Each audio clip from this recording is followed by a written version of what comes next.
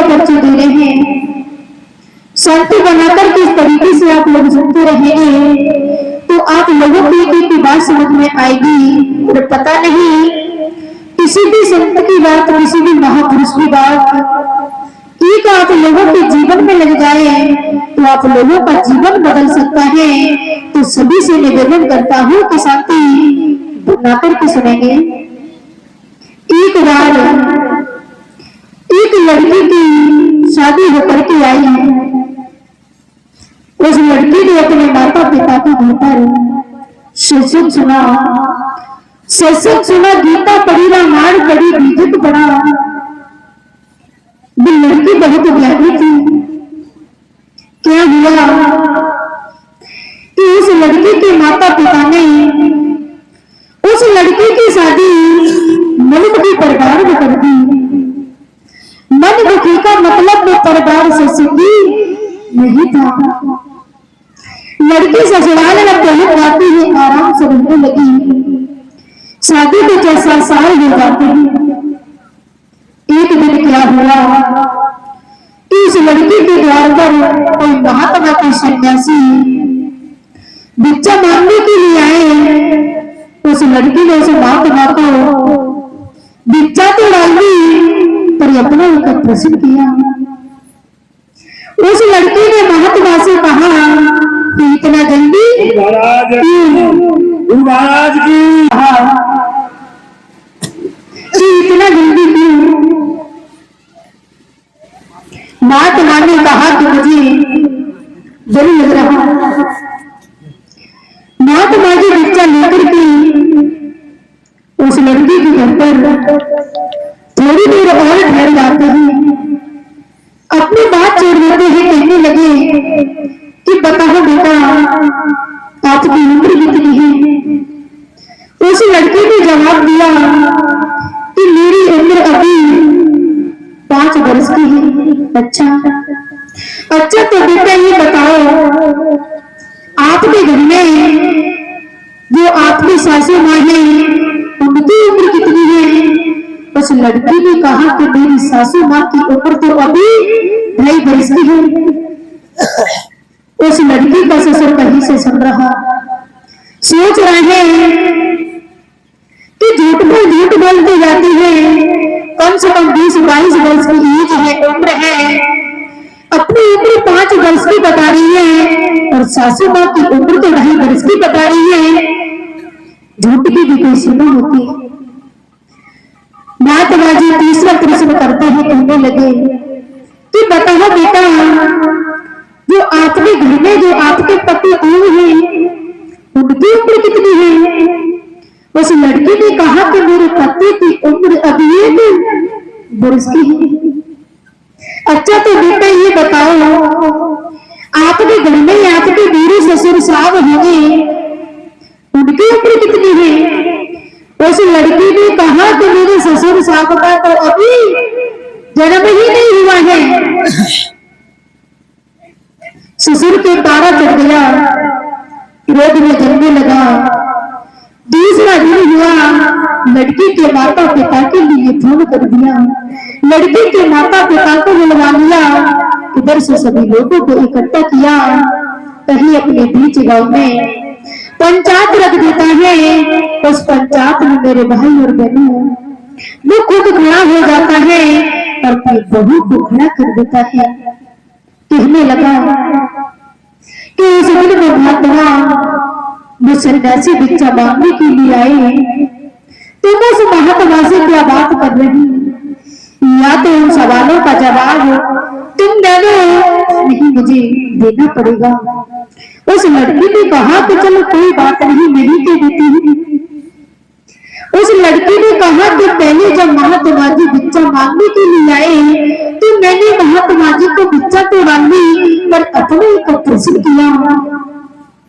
मैंने महात्मा से कहा कि इतना जल्दी इतना जल्दी का मतलब मेरे भाई और बहनों वो नहीं अवस्था थी। महात्मा की महात्मा भी युवा थी, जवान थी। अगर कोई नई व्यवस्था का कोई महात्मा बनता है, सन्यासी बनता है, तो दुनिया के लोग, संसार के लोग सभी सवाल करते हैं, प्रश्न करते हैं, कहते हैं कि आप अभी से इतना जल्दी महात्मा क्यों बन गए? क्योंकि लोग मेरी से भी जाने कैसी कैसी बातें करते हैं, सवाल करते हैं।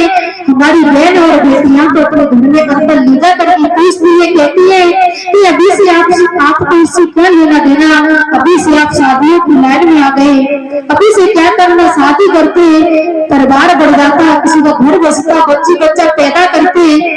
मैं कहता हूँ कि जो लोग ऐसी बात करते हैं, इस तरीके की बात करते हैं, वास्तव में मैं कहता हूँ कि उन लोगों को समझ में नहीं आता है। भी लोग अपनी समझ में शादी को ही सब कुछ समझते हैं।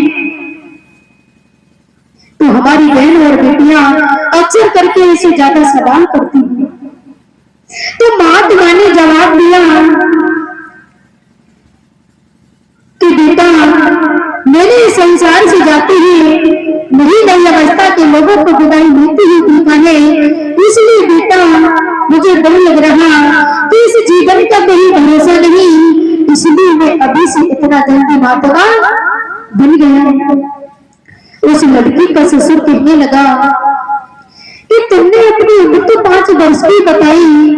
उस लड़की ने कहा कि जब से मैं अपने माता पिता के घर पर थी, जब से मैंने गुरु से दीक्षा ली है, प्रवेश लिया है, घंटी ली है, जब से मुझे अभी 5 वर्ष हुआ है, अभी मेरा नया जन्म हुआ है, और इस सत्संग से मैंने अपने पति, इस सत्संग से मैंने अपनी सासू माँ को जोड़ा है, जब से अभी उनको 2.5 वर्ष हुआ है, अभी उनका भी नया जन्म हुआ है।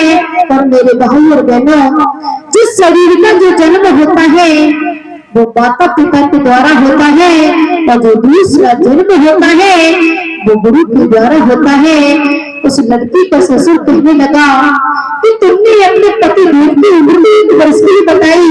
उस लड़की ने कहा कि जिस दिन से मैं इस घर में आई हूँ, जब से मैंने अपने पति देव को सत्संग से जोड़ा है, जब से अभी उनको 1 वर्ष हुआ है, और आप लोगों ने तो हमारी बातों को ही नहीं सुना है, अभी आपका तो जन्म ही नहीं हुआ है।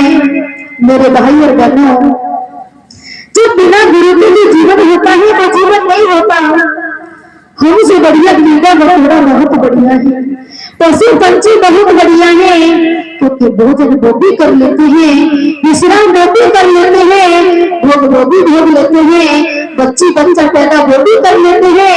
पशु और पक्षियों को ये सब कुछ सिखाना नहीं पड़ता है, तो सब कुछ वो बगैर सिखाए कर लेते हैं। तो मनुष्य होकर के भी इतना ही काम हमारे आप लोगों ने किया, तो हमें पशुओं में कोई अंतर नहीं। उस लड़की का ससुर जागृत हो गया, कहने लगा बेटा, तूने मेरी आंखों को खोल दिया, तूने मेरे को जगा दिया, मैं भी अब आपके साथ सत्संग में चलूंगा, मैं भी अब अपने जीवन में गुरु बनाऊंगा, मैं भी अब निगरान नहीं बनूंगा। आप लोगों ने सुना होगा कि जिनको हम राम कहते हैं, कृष्ण कहते हैं, मर्यादा पुरुषोत्तम कहते हैं, उन्होंने भी अपने जीवन में गुरु बनाए। कहते हैं कि राम कृष्ण से को बड़ा, राम कृष्ण से को बड़ा, उन्होंने गुरु की नहीं, 3 युग के वो धनी आदि। वो भी रामायण में कहते हैं कि गुरु गुरु भगवान तरही न कोई, जो गुरु संघर्ष में होई, वो भी कहते हैं कि बिना गुरु को कोई कर नहीं सकता है।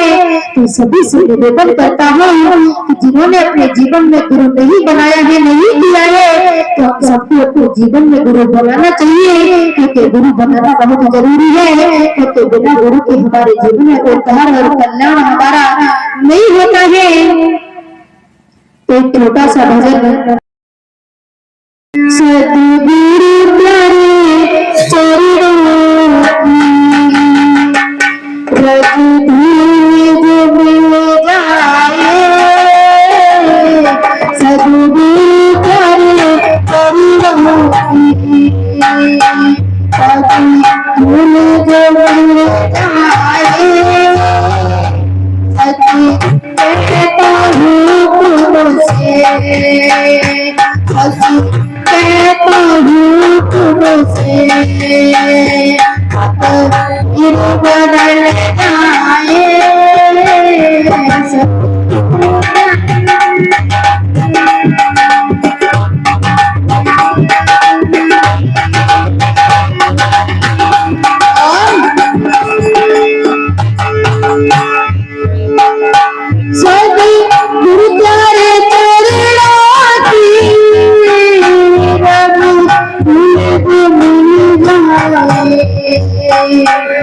शिष्य कहता है गुरुदेव मुझे कुछ भी नहीं चाहिए, मुझे तो सिर्फ तेरे चरणों की धूल मिल जाएगी गुरुदेव, उससे ही मेरे जीवन का उद्धार हो जाएगा।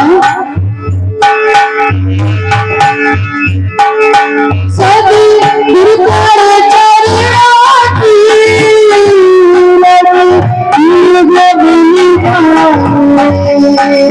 सच्ची कहता हूँ तुमसे, सच्ची कहता हूँ तुमसे, तकदीर बदल जाए।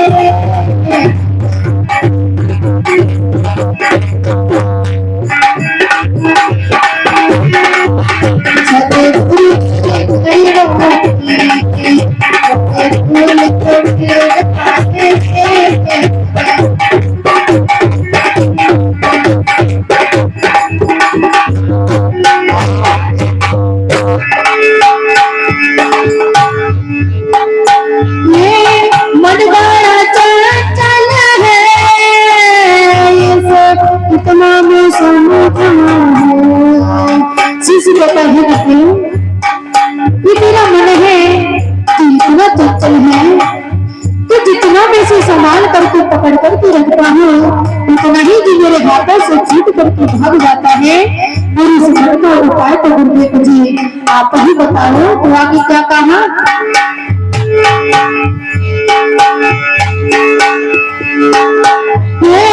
मन बड़ा चंचल है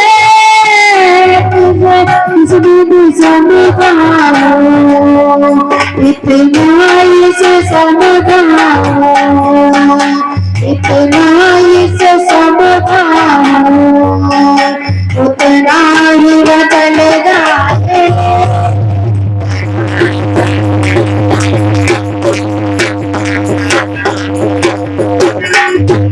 आज पूरी करे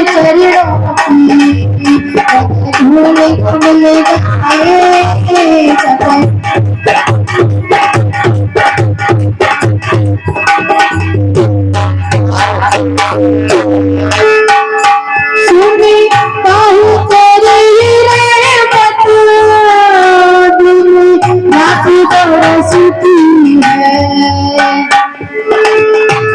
कहता है मैंने सुना है कि तेरी रहमत और तेरी दया दिन और रात बरसती है, जिसके ऊपर गुरु की कृपा हो जाती है तो उसका जीवन धन्य हो जाता है। सुनने पाहु तेरी रहमत रात बरसती है, एक दूज जो मिल जाए, एक दूज जो मिल जाए, जीवन ही बदल जाए।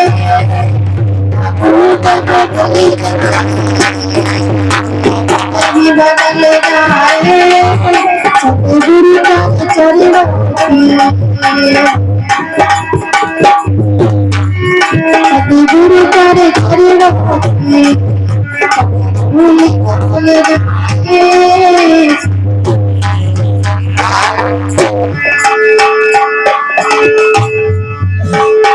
मैं जी रोस गिरा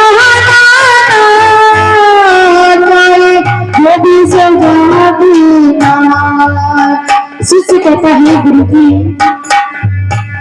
आप चाहे जो भी मुझे सजा दे देना, पर मुझे आप अपने नजरों से और अपने हृदय से मुझे कभी गुरु मत गिराना। जो नजरों से गिर जाता है उसका उसके जीवन में इतना संभलना बहुत मुश्किल हो जाता है। मैं कहता हूँ जो नजरों से गिरा हुआ आदमी है अपने जीवन में कभी नहीं पाता है। नजरों से गिरा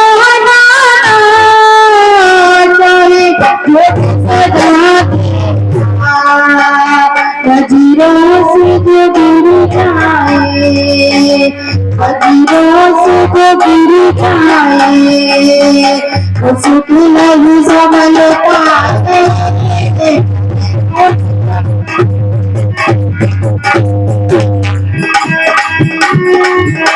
गुरु का शरण जी का शरण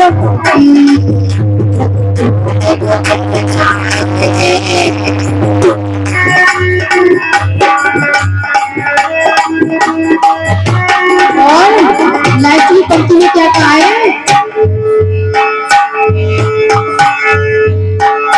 गुरु जी जीवन में बस वो कौन सी? गुरु जी जीवन में बस तुम सावन हो मेरे, तुम सावन हो मेरे, अस्पताल निकलेगा